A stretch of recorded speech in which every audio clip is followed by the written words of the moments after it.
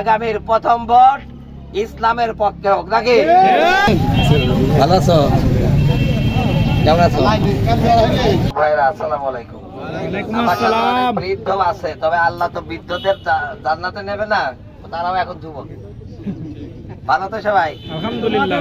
প্রিয় ভাইরা আমার, আমরা বাংলাদেশ জামাত ইসলামী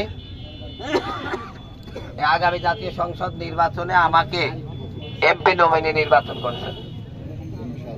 জামাত ইসলামীর টার্গেট, আগামীতে যদি জামাত ইসলামী রাষ্ট্র ক্ষমতায় আসে তাহলে এই যুবক বান্ধব একটা সরকার গঠন হবে এবং জামাত ইসলামের সিদ্ধান্ত বাংলাদেশে কোনো বেকার থাকবে না। যারা যেই সাবজেক্টের ছাত্র তাদেরকে সেই সাবজেক্ট অনুযায়ী ভাতা দেওয়া হবে, যাতে তারা ঠিক মতো লেখাপড়া করে শিক্ষিত হতে পারে। চাকরি শেষে তাদেরকে, যাতে পড়াশোনা শেষে তাদের চাকরির ব্যবস্থা করা হয়, সেই ব্যবস্থা করা হবে। প্রিয় যুবক ভাইরা, আমাদের দেশে যে মাদকের সয়লাভ চলে, সন্ত্রাসী চাঁদাবাজি হয়, এটা কেন হয়? বেকার যুবকরা চাঁদাবাজি না করে পারে না নাকি? এই যুবক যদি চাকরি করে, এই যুবক যদি তার আয় সে করতে পারে, তাহলে চাঁদাবাজি করার দরকার আছে?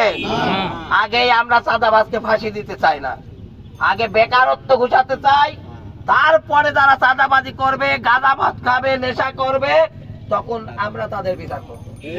তার আগে এই যুবকদেরকে আমরা নৈতিক মানুষ বানাতে চাই, আদর্শ মানুষ বানাতে চাই। এই ক্ষেত্রে আমরা যুবকদের সহযোগিতা চাই। যদি আমরা ক্ষমতায় যেতে না পারি, এটা পারবো নাকি? আমাদের ক্ষমতায় যেতে হবে, এজন্য তোমাদেরও সহযোগিতা চাই।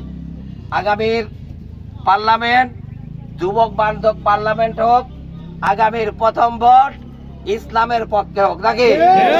আমাদের সবাইকে সেই তৌফিক দান করুন। আসসালামু আলাইকুম।